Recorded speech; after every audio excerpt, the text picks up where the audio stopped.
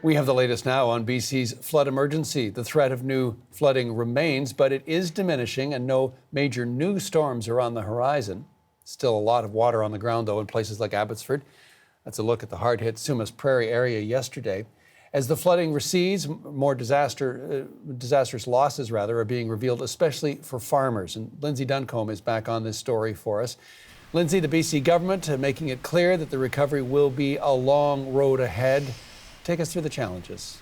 Well, the challenges are overwhelming on many fronts, John. We're talking about challenges when it comes to getting back into people's homes, when it comes to highways, to agriculture, to businesses, and especially as we see the temperatures going down and snow in the forecast for southern BC, there is a sense that cleanup efforts will be even tougher, especially in a place like Princeton, where people are still going through all of this mud in more than close to 300 homes that have been damaged.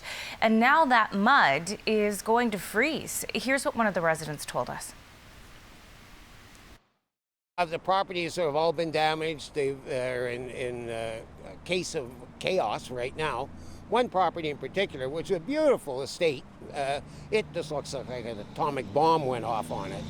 Logs going down the river, accumulating on the land. It's going to take a tremendous cost to replace that. And we're also getting a sense of just how devastating this whole event or series of events have been for the agriculture industry. The Provincial Agriculture Minister yesterday laid it out in terms of the numbers, and they're really staggering. There are more than 800 farms that currently remain under evacuation orders, and part of the challenge when people can go back is going to be disposing of dead livestock. And here are the staggering numbers. There were more than 600,000 poultry, chickens killed, 420 dairy cows, 12,000 hogs, 110 beehives. So certainly an extensive and really difficult, heartbreaking is what the minister called it, effort underway there. And then there's a whole issue of highways, because we're starting to see these transportation routes open up critically yesterday. Highway number 1 opened up, but all of this comes with a warning from emergency officials that because of ongoing cleanup, people need to be careful and to go slow. Oh, you've described some awful losses for farmers, infrastructure that needs to be rebuilt, property damage, barns, everything. Any sense, Lindsay, at this point of how much all of this will cost?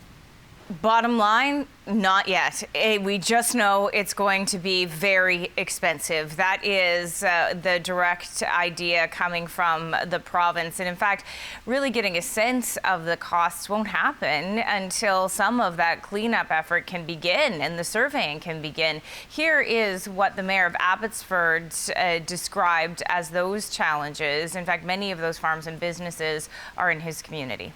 So we have to wait for that water to subside, and it goes through the Sumas River on the west side of the dike and out through the floodgates. That's the only way that water will disappear.